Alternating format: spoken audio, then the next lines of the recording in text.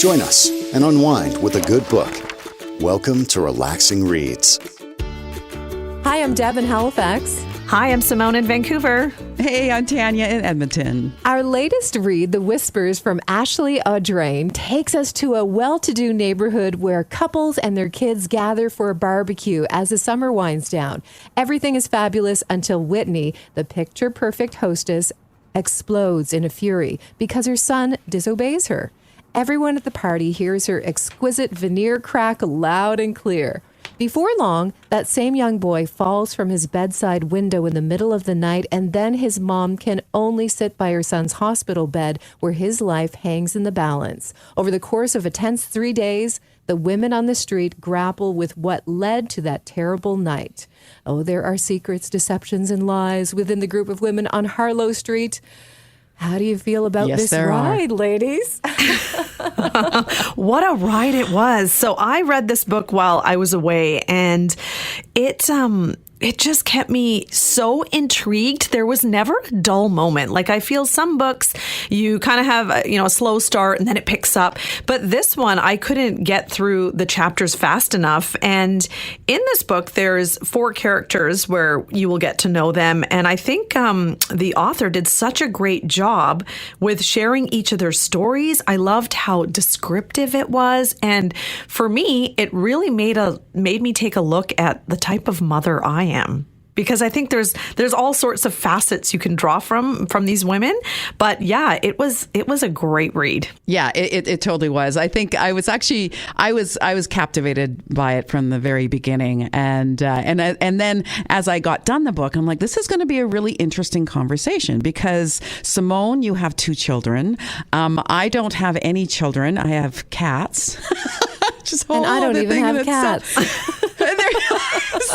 So I'm like, this is going to be a really interesting perspective, because we are all coming at it from very different points of view, and obviously very different kind of life choices, or the way our lives have sort of have gone. And what I really got from this book is sort of, midlife crisis for women, which we don't really talk about. And how do women feel after they've made their choices in their life and they get to this point where they're going, okay, I did this and this and this. Am I happy with what I have done? And certainly, Whitney, she's not really a mom type, yet she had children. Her firstborn, Xavier, she ignores him. There's a part in the beginning where you just go, oh my goodness, where she just ignores him, and just when he's first born and she's lying beside him and she turns over away from him and goes to check her emails and gets gratification from the emails that she's reading, and then she posts something saying, hey, I had a baby, he's healthy, he's this many pounds, and then she just looks at all the pings she's getting from all her friends going, oh, that's amazing, and yet she doesn't feel it herself. No. Like, I just, sometimes I think, some women should just not have children. And I wondered about that with her. And in a way, I could kind of feel it myself. Like, there's a part where in the book where she says, I don't want to be part of the school, like board, pack the school and board, that doing all the organizing and the mums groups and the play dates. It's like, I don't even want to play with my kid. I don't want to do this. I don't want to do that. And I felt, there's been, I don't want to, out myself, but there's been times where I don't really relate to children. I never really have. Mm-hmm. And I felt some of the things that she felt. And I'm like, oh my gosh. And then you've got Blair, who's like total mom type, who does everything right. And I just thought that's just really interesting, just how Ashley wrote these 4 women and what they all kind of brought to the table. And I think every reader is going to associate with one of those characters and go, yeah, I know exactly how she feels. Or even exactly how she feels. Or even relate to the different facets of them. Like, obviously Mara is a little bit older. But, I look at, for me, yes, having the kids. So I think someone like Whitney, when I feel like the older generation, like there was always have your ducks in a row. It was always taught that you go to school and then you get married and then you buy a house and then you have children and there's this big checklist. And I think some people got stuck in that. It was kind of like, so for Whitney, maybe it was like, okay, I'm going to have a husband, I'm going to have children, I'm going to have a career that's fulfilling. And she had this checklist. So maybe it wasn't things she necessarily wanted, but she thought she should have to have a perfect life. Whereas now I feel like we're in this generation where we don't judge if someone doesn't want children or doesn't want to get married. And we're a little more accepting of just, live your life, live it to the best you want it to be. So there's a freedom in that. So I think for Whitney, she made the choices that maybe she thought would look good on paper or make her life look like it was incredible. And with Blair, she's kind of following that rule that you should give up your life for your child and then you are the best mother you can be. And like for me, I've never had a miscarriage. And then you read about Rebecca and now I kind of feel like it hurts. It hurts to think that the struggle, for women who go through this multiple times, like I think, you'll relate to each one of these mothers in a way. Like even Whitney yelling at her 10-year-old, like, there's moments I yell at my 11-year-old and it just makes you think like, was that a big deal? Like, was it really? So it made me really think, okay, these are kids. Kids do silly things. And sometimes you have to just take a step back. You can't expect your home and your life. Like my house is a constant mess. I have 2 boys. They slam, cars into the walls. Things are breaking apart. And I just let it be because that's their home to play. I am not one to keep a perfect, tidy home and not let my children have fun because once they leave the house, I'm sure my house will be pristine because there's nothing happening in it, So yeah, I think you can relate to kind of each of the characters in a way. I think Whitney's home was pristine. Yeah. The poor kids. Yeah, I think so. Oh my I kept gosh. thinking, oh my goodness, you can't control kids, nor should you, right? Like you should just let them be these little people that they're going to be. And she would get upset if it was like, what was it, like the open can of jelly, or they've got their hands, they've got Play-Doh, or they've got something, and she would just start to bubble up like, why are they making a mess? That would consume your every moment, wouldn't it? Yeah. It would. Like, I know we're talking about Whitney, but there was one thing that sort of stood out for me. And of course, she had this internal rage, which I found so hard because I thought, oh, you poor woman. And there's a line from the book that says, the grip of this life tightens inch by inch up her spine. And I thought, oh my gosh, those words, like, where you spend your life making your choices and then you have to live with your choices. And, myself being I'm not married, I'm with somebody, I'm basically single. I can leave this life if I want. I can just make a change. But it becomes a little bit more difficult when you have a husband or a partner and you have children. You can't, take yourself away from that life without a lot of rare, thought. And I don't know. Whitney managed to take herself away from that life and still do what she wanted to do.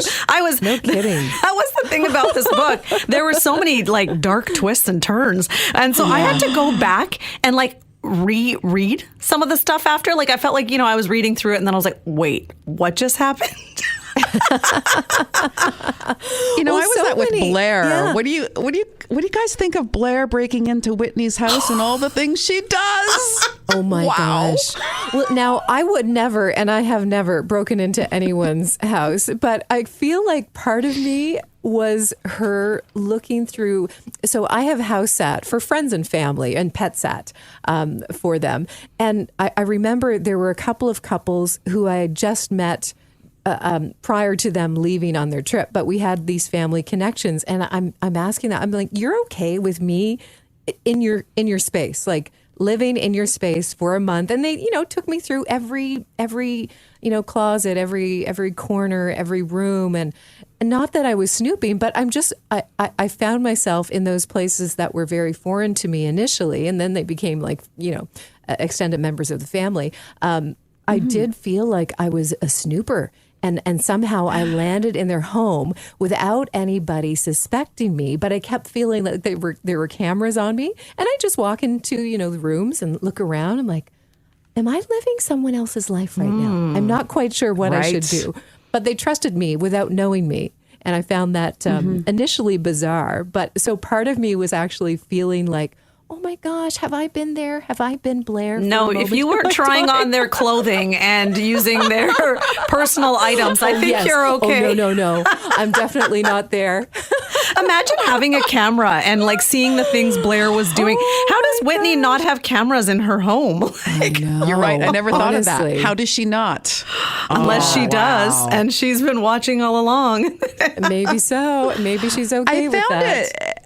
I found it really interesting how Ashley wrote that Whitney and Blair were best friends. And I was like, are they really? Or are they just pretending to be? I don't know. There's a lot of stuff in this book about what women pretend to be and think, and then what they actually do. So I thought that Whitney and Blair were just so different. They both wanted each other's lives, and I felt like they were just jealous of each other. I didn't really think that they were best friends at all. I mean, there is this really great part later on in the book where you find out why there's that connection when Blair actually takes the twins and takes them down the street because Whitney was losing her frickin' mind. And I thought, oh, okay. But I don't know. I felt like they would just, if they could, scratch each other's eyes out in a way. Yeah. Oh, for sure. You know, they were so, I felt Blair was just so plain, and I felt so bad for her. You know, she's doing this honorable thing of she's being a great mom. You know, she's being a great mom, and yet she wants Whitney's life, and she wants to look like Whitney, and she wants all of that stuff. And well, I think she's given up a part of herself, right? And this is, I think, like for me, that's how it was. Like, you know, in your 20s, yes, traveling, having fun, being just you. And then, you know, I had both of my boys in my 30s. And then when I hit 40, I was really afraid of that number. And I was like, oh my gosh, I'm so old. But then it got to a point where I'm like, I'm not just like Aravind Arjun's mom. Like, who is Simone? Who is Simone again? And you start to find like who you are, and you start to reclaim a bit of that power back and be like, you know what? I am going to live a little bit more selfishly, not in a bad way, but just start doing things for yourself that make you feel good, because you've spent all this time caring for, you know, these children, or whether you're caring for your partner or aging parents. Like, you know, as women, we give so much of ourselves to others often that we lose ourselves. So if you can find a part to kind of get it back, that's where you're going to find your power. So I think for Blair, she's kind of stuck in she's given everything to, you know, all the stuff she does that her husband doesn't even notice, and all these things she does for her daughter. And then she looks at Whitney taking trips and hosting these fabulous parties. And a part of her probably feels like, oh, that would be nice to just get to do what I want to do for once. And so I think there's that dynamic. And like with Whitney, it's like, oh, wow, Blair, she just is the perfect mom. And I will never be the perfect mom, even though I have the perfect house and the perfect body and the perfect bank account. Like there's just that I think just attracts, like opposites attract. And it's like they feed off of each other in a way, you know? You know, whether you're a mother or not, I think women in general, we are just living or trying to survive every day. And we shouldn't have to be stressing. We shouldn't have to prove ourselves or please everyone. But just like all of us outside of Harlow Street, these women are really no different from all of us and what we may be struggling with or trying to present as the world wants to see us. And it's funny because I think time-wise, I had just seen the Barbie movie, and there are so many incredible messages. And America Ferrera, her character, talks about how it really is impossible to be a woman because you have to be beautiful, you have to be intelligent, you have to be so many incredible and extraordinary things, but you also can't be this, you can't be that, you have to be everything that is on this list, but it's impossible because you can't be on that list. And somehow you still manage to get through the day. I don't know. I thought that, you know, looking at what these women have gone through and what the messaging is with the Barbie movie, I'm like, oh my gosh, it doesn't matter where you are. It can be a struggle, but I think we can all come together as well in a very unique fashion. Yeah, and I think it's the pressure we put on ourselves, right? And as soon as you let that pressure go, like if you're like, oh, I have the pressure to lose 10 pounds before a vacation because I want to look good in a bathing suit. But then you just, you let it go and you're like, you know what? I'm on vacation. I'm going to have some drinks. I'm going to eat some food and I'm going to feel happy and great about myself. Like it's your own internal struggles and then the pressure of society. We let it build. But I think if you can get to a place where you can't really complain about it unless you're going to do something about it. So you have to just let it go and take that pressure off. And Tanya, I think you were going to mention like Whitney's rage. Yeah, her rage. Wow. I don't know. I just wondered, where that was coming from. And obviously it's her choices and her choices to where she got where she is, and also her choices of how she is acting within her current position, right? She is having affairs. I think there's one part where she says that she's, she revels in the fact that she's not like other mothers. Other mothers can't do this. Whitney and her affairs and just wanting to be this a mother, but like a mother like nobody has ever seen. She certainly doesn't suppress her desires, and she just does whatever the hell she feels like doing. Yeah. And maybe there's a rage in that. Maybe there's a rage in, I can't be like Blair, so I'm going to do this, but I can't imagine the guilt and the shame that she must feel by doing that. I mean, her husband, by the way Ashley wrote him, Jacob, is pretty damn hot. And I'm like, I can't even imagine like doing what she's doing. But I think that's it. Affairs. Yeah, she, she wanted this perfect life. And at some point she felt herself, like, because she always said, oh, I'm probably failing Jacob. Jacob probably doesn't think I'm a good mother. My kids don't think that, or Blair doesn't think that. But really, she doesn't think that. And that's why I think she's just like going to hell in a handbag. It's kind of like, I might as well just do what I'm doing because I'm not perfect, even though the world thinks I'm perfect. But internally, it's her own struggles and whether, like she had postpartum and, the moments where she's like, oh, she saw the lights on or the kids were awake and she just wanted to sit in her car because she didn't want to go in and deal with her kids, even though she's got, the Louisa, the nanny who's with the kids, doing everything for the kids. She just, and, kids are so small, they don't know how to say, Mom, I'm feeling this way. Kids will say, Mom, can you play with me? That's their words for saying, I need you. And it's like, you get to a place where there is always laundry and housework and other things that you're like, oh, I can't play right now because I've got this huge checklist of things I have to do.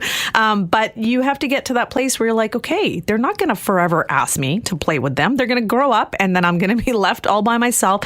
So I might as well just take this time to play with them and connect with them because it's such a short time. But again, she wasn't like that. And maybe not all moms are. And like you say, Tanya, like maybe not everyone should be a mother. And some people become mothers, maybe it was an accident or you weren't expecting a child and now you have one. And there's just different things. But I think we all need to just come from a place of everyone is just trying to get through life, and we can't be as judgmental. So if she felt like she couldn't mother them, then maybe the nanny is the best person to help and take that lead on if they're still getting that care and attention. Like everybody just, I think, has to do what's right for them. I remember when I first had my child and there was so much pressure to breastfeed. And, if you were even going to talk about formula, it was like, oh, you're going to give your child formula? And then you think, what? Like, what does it matter? You're keeping your child alive. You feed them how you feed them. Every mother is doing her best. Let's not judge. Let's just let everyone get through life. And if you're not a mother, like whatever choices you're making, find your internal happiness. And if someone is looking at your life and judging you or whispering about you, then they're obviously not happy in their life. That's right. Yeah. And perhaps with Whitney, maybe the rage comes from not being in control of everything and not accepting that she will not be able to control so many things in life. Now, and then there's like Rebecca, who, my goodness, I mean, what, five miscarriages I think she had. And I can't imagine, I mean, it's interesting that we talk about choices because sometimes I feel like I've just sort of like been this free spirit, which I am, and I've just sort of coasted through life without making some really hard decisions and asking myself, what do you want, Tanya? What do you want? Do you want to get married? Do you want to have kids? I never really thought about it. And, I'm now at an age where I cannot physically have children. So I sometimes I think about it and go, I wonder what a little Tanya would have looked like, or what, I get a little, it affects me. Like, I do get a little sad, but I never consciously made a choice not to have children. It just didn't happen. So I guess I didn't have that maternal instinct. And I think about Rebecca, who I think her husband really wants children, Ben, and she's trying to have children. And that feeling that your body will not support the growth of a child no matter what you do. And my heart broke for her, because she's trying. And then her husband says, we got to stop this, because we will not survive another pregnancy that you end up not being able to carry. And I think there's always been this thing with women that we are put on this earth. We have the ability to have children, right? And when you can't have children, like a girlfriend of mine cannot, and it's all she ever wanted. She never wanted the career. She wanted to get married, have like maybe a little store that sold trinkets and housewares and stuff, and just do that. And she wanted to have children, and she can't. And it's just like, Rebecca talks about, I'm in this children's hospital and I hear about miracles all the time. Where's my miracle? Where's my miracle that I'm actually going to carry this baby? And I just think, what you feel as a woman, if you cannot carry a child. And for Rebecca, my gosh, my heart broke for her. I just felt, And it gets worse in the end when you find out what her husband has been up to. Yes. But I think, oh my God. But did you guys see that? No, I did not see that coming. I totally thought it was Aiden. I 100% thought it was Aiden. I thought it was Aiden. But that was, again, another twist. And okay, let's get to the last part. Xavier comes to. Yeah. Reveals something jaw-dropping in his conversation with his mom. What do you think is going to happen next? Oh my goodness. Oh my God. I know there's no hope. That last line, I read that last line a few times. Like, what's going to happen to you when I tell them all? Honestly. Tell them all. Yeah. And how much has he picked up on other things? Like, kids 10, 11, they're smart. They watch us. They know what's going on. So Exactly. They're very perceptive because they have no filter. Yeah. That's right. Yeah. But I think in the background, the adults are thinking, oh, they have no idea what's going on. They won't be bothered by any of this. But I felt for him. I did. Oh my gosh. And yes. the moments where she almost was like, oh, it may be better if he's not around. Like that. Yeah. What when that she was pinched the oxygen tank? Yes. I was like, please do not do this. Do not. Like, that's how much she was concerned about herself and her own reputation, that she was willing to go that way. And it also was like the Ashley kept us going in terms of what exactly happened that night. Did Xavier, was he pushed out of the window? Did he jump out of the window? Did he fall out of the window? What happened? Right? So you do find out, exactly what happened, but I don't know what's going to happen at the end of this book. I honestly, for Whitney, does she... Harlow Street is forever changed. Yeah, forever changed. I guess and it is. there's one person we haven't really talked about, Mara, and I really liked her. I felt that, she's a Portuguese immigrant. Her and her husband came over, and I really liked their relationship at the beginning when they fell in love and everything was great. And then they come to the States, and they're living there, and they have, Marcus, and he's just not. He's a very difficult child, and the whispers that he does with only his mom, and how mean his father was to him. And I wonder too about the relationships of men and women as they go through their lives. When you have this sort of like, you have this free spirited sort of like coming together, and you're doing all this stuff, and then you decide to have a family, and of course then in your 40s your things start kicking in, and it feels like these relationships between men and women, they become they're not sexual anymore, right? Like they don't have that connection anymore, which they did, and they don't, in this book. And I feel like, how can you have such an amazing romance and then it all just goes to hell? Like I guess it's just roles that change, and how do you keep that romance alive? But Mara, there's parts in this book about her husband Albert, and I feel like all of this is about Xavier, and she had her own within that time frame. Oh, yeah. What happened to her husband? And nobody said anything. I know. Nobody even noticed. This makes you think of like your neighbors and just checking in with them. And sometimes like with me, I'm running out the door. I got my kids and I'm just thinking about myself because I'm like, oh God, I got to feed them. I got to do this. I got to do that. And then we're not stopping to think and ask, hey, how are you? What's going on in your day? And I've done that. Like I've got this one mom and she's got 4 girls. So she's always in the thick of it with her kids. And I'll see her at school and sometimes she'll be like, hey, how are you? And I'm like, I'm good. And, I'll say, how are you? And then she'll look at me and she'll say, I'm okay. And I'll say, oh, okay. And then it just like, I get that she wants to have a conversation. So I'll stop to be like, what's going on? And then she'll kind of fill me in, because sometimes I think she's just with her kids all day and she's not getting the interaction. Like, I'm coming to work, I'm talking to other adults and I'm doing this and I'm doing that. Whereas some of these moms are just at home when they're in the thick of it with their kids and not having a break. So that really asking your neighbor or checking in on someone and just stopping to say, how are you? How are things going with you? And being more real as opposed to just, hey, how's it going? Good. Me too. Great. And then we move away. See you later. Sometimes I think with Mara, all 3 of them were so consumed. Whitney with her affairs, Blair with her daughter, Rebecca being a doctor, and the losing the pregnancies. And no one stopping to look at Mara and just be like, hey, how are you? What's happened with you? Because they're so caught up, as we do. We get caught up in our own lives. But really taking that extra 5 to 10 minutes to connect with someone else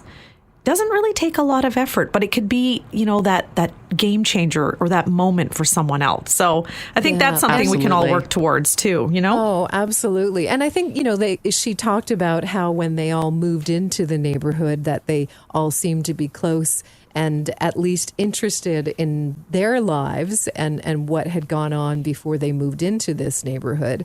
So, reconnecting at a different stage in life, it's never too late, is it? Mm-mm. No.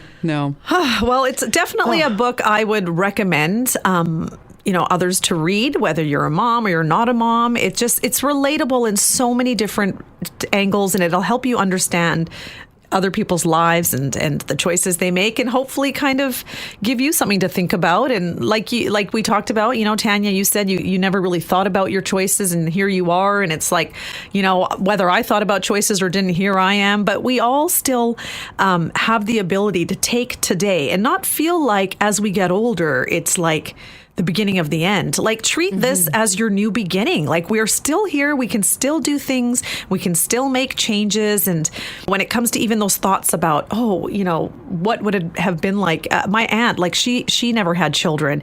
And now she's at the point, like she always wanted to, she just couldn't as well. But now she's at the point where she's like, I'm going to be the best great aunt ever. And she comes around and it's just that motion of like, maybe I'm just going to spoil my great grand, kids and be a great aunt, or do this or do that. So I think we can still come to the now and say, what can I do if there is a void in my life? What can I do to fill it? And how can I make the next chapter a little more enriching for myself?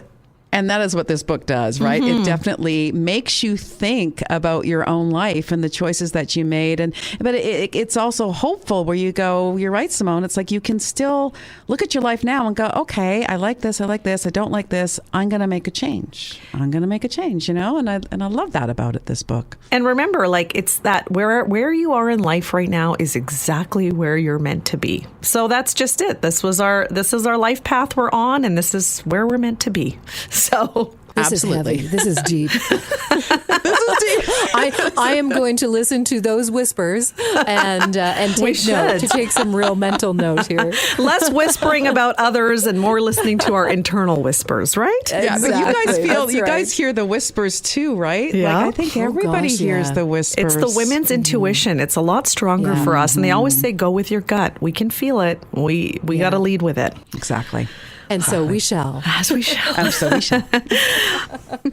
Well, I think this is the perfect time for us to ask our burning questions for Ashley Audrain, who joins us now to talk about this incredible book, The Whispers. Hello, Ashley. How are you? Hi, I'm great. How are you? Hi. Hello. Good. We are excited to have you back on our podcast with us after reading your book. Thank you. It's so nice to join you guys again. Thank you so much. Love the book. Oh, thank you so much. Yeah. Oh, yeah. Another dandy. We were just saying, Deb and I read The Push, and Tanya wasn't a part of the book club then. And so we were just saying, you have to go back and read that. So we'll send you a copy of that because that one was one of our favorites too. Thanks. Oh, that's so great. Thank you. Yeah, it's nice. I love hearing when people discover The Whispers first and then go back to read The Push. It's great. It's really nice to hear. Yeah, I'll definitely be doing that. So, Ashley, to start off, we loved the book. It was such a page turner, kept us going, got through it really quickly. Such great writing. Now, when you were writing this novel, you know, the characters are so interesting, and it's neat that you were able to kind of showcase 4 of them in this book. Where did you pull the inspiration from? Do you know any like suburban moms who are similar to these characters? You know what? The characters are not based on any one person in particular, but I think, you know, as a writer, I think you're always sort of collecting observations about people around you. And I think that sort of, you know, in a way works its way into characters at some point in writing. I think a lot of authors would probably say that. But there was one character in particular that was sort of more based on this idea of somebody that I knew, which was that. So I lived in a neighborhood called Little Portugal here in Toronto. And which sort of that concept of Harlow Street is sort of based on, you know, this idea of a very sort of gentrified area where we've got sort of the older Portuguese immigrants who've lived on the street, you know, for decades and decades, and then sort of the new families are kind of moving in around them, you know, renovating houses and having families and sort of changing the area. And so when I lived on this street in Little Portugal, we had a neighbor who, there was an 80-year-old woman who, you know, had probably lived in that house for about 60 years, and she was a Portuguese immigrant. And she maintained this very sort of beautiful porch culture, you know, that I feel like will sort of go with that generation, sadly.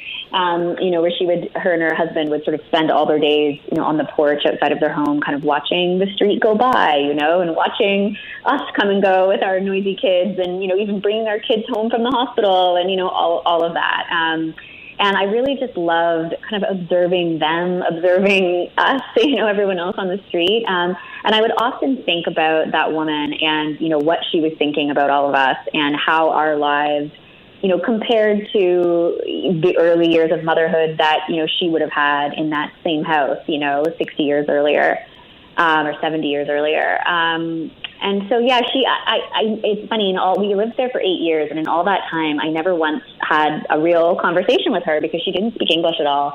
But of course, there's so much communicating that goes on like other ways, you know, with like, you know, the waving to each other and smiling at each other every day. And yeah, that really inspired the character of Mara in this book, who is sort of, you know, very, very different than this lovely woman I live next door to. But you know, that idea of sort of a woman of an older generation as a voyeur on the street, and then these 3 younger families kind of around her, sort of, you know, in their early 40s, late 30s, just in the thick of things, you know, and she ends up playing quite a pivotal role in the book, but she also is this sort of contrast in the book as well. Oh, that's so interesting. I like that. And yeah, it's kind of, when you mention the porch culture, it does kind of make you sad because, yeah, you think about like how often do we just go out and sit and stare? Because now it would be like, why is that person watching us? Why are they staring at us? Exactly. And it's actually such a beautiful thing in terms of like creation of community and staying connected to one another.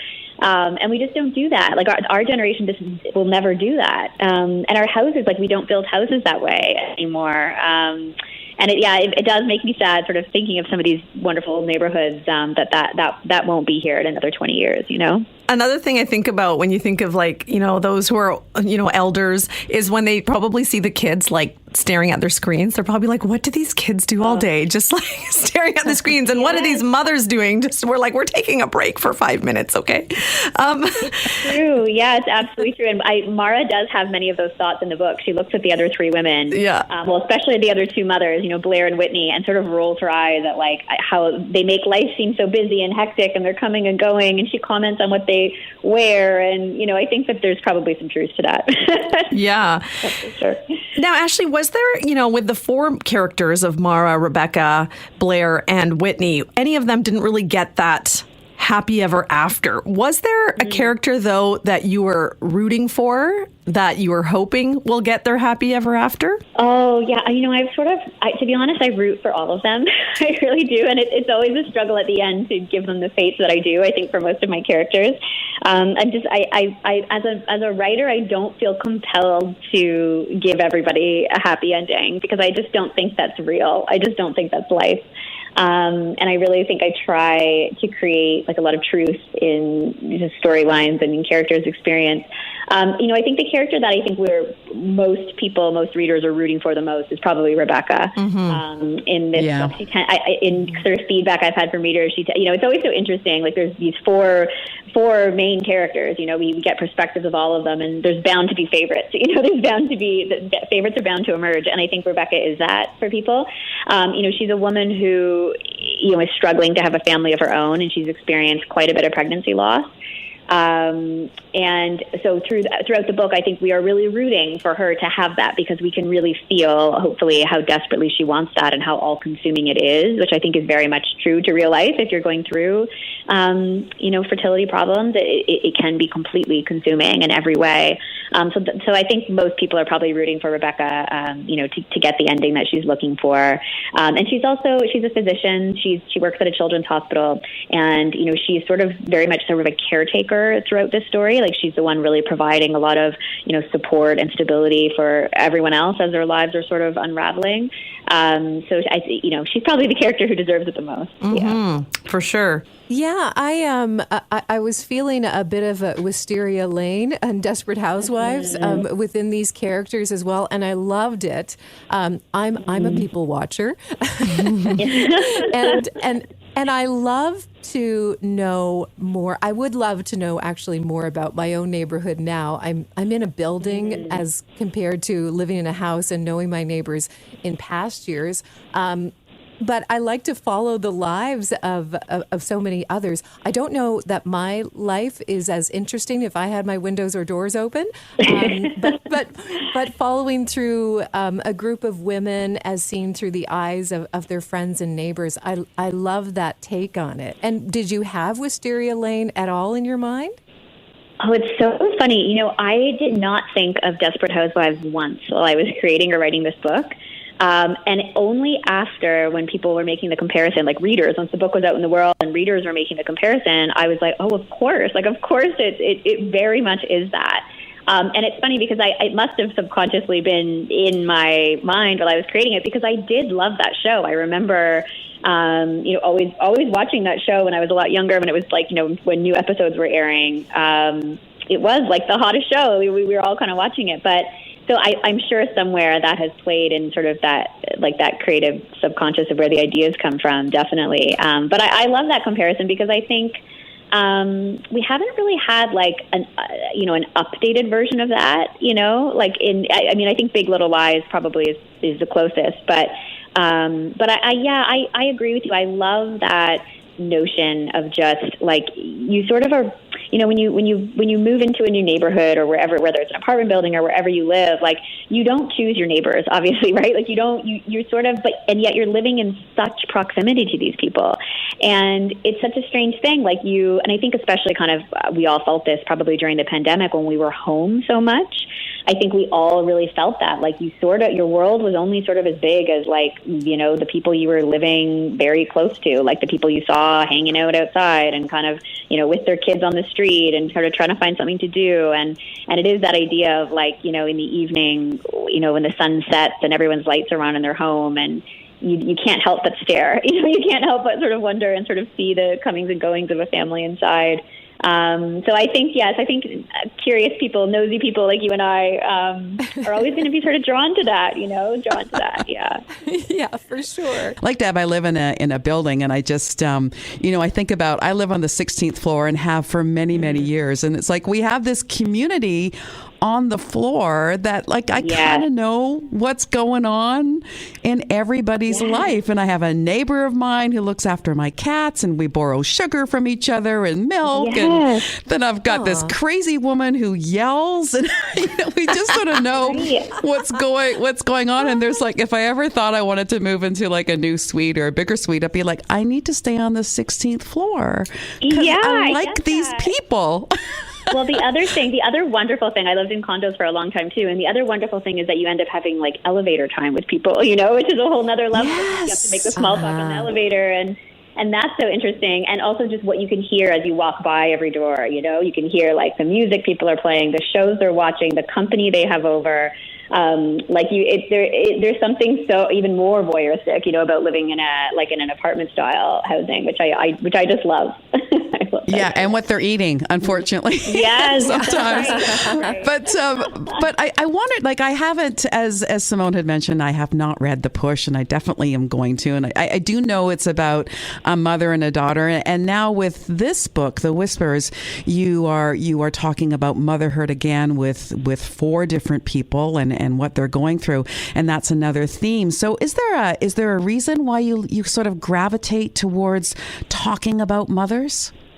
I think, I've always been really fascinated by just the idea, like the concept of motherhood. I remember being very young and thinking like looking at the mothers around me and thinking like, wow, like why do women do this? What is it that, and what are people looking for in this, and how does it feel? And I think, I remember really feeling like that quite young. And then of course you sort of, get older and, you decide to have children for various reasons. I had my first child when I was 32.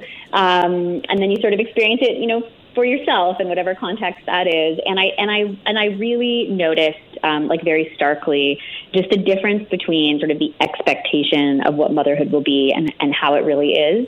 And I think, as women, we've come so far, in so many ways in society, but it does feel to me like there is still this very specific way that mothers should think and feel and act, and speak. And and that seems really like to hold, like there seems to be a real hold on that. And I'm so fascinated by that. And yet the experience of motherhood can be so different. And, if you talk to one mother's experience is never the same as another's. And there's so much, I think, challenge and complexity and sort of darkness wrapped up in motherhood that we really resist talking about. And I just think fiction is such an exciting, interesting way to explore that. And so while it's, never my motherhood story on the page, I think there's a lot of truth there for everybody, underneath these stories. That's what I hope that this gives readers, especially mothers and women. So I think that's my curiosity, is just, it really feels like this place that, this real complex place that is really difficult to talk about in real life. Yeah. Absolutely. And you totally get that. I mean, I got that with Whitney and Blair. I mean, I just, two polar opposites, but in a way they both kind of wanted each other's life. And exactly. I found that really interesting. So talking about The Push, I mean, I think you did that book 3 years ago, and is it going to be developed into a television series or a film? Like, has there been anything? I hope so. We sort of cross fingers and hope it all happens. Yeah, it is being, it was optioned by a producer, David Heyman, and they are they're working on a limited television series. Yeah. So hopefully that does happen. Yeah.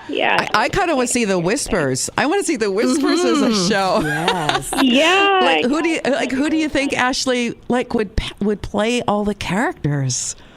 Oh, I know. I've had so many wonderful readers posting on social media their sort of casting picks, which has been really, really fun to see. I was sort of thinking, I was chatting with one reader, and we were saying, like Rachel McAdams would be really cool to see as Blair. Yeah. Cast her, and then maybe you could cast her husband as Ryan Gosling and do like a Notebook. Why not? That would be kind of fun. Oh my gosh. Yeah.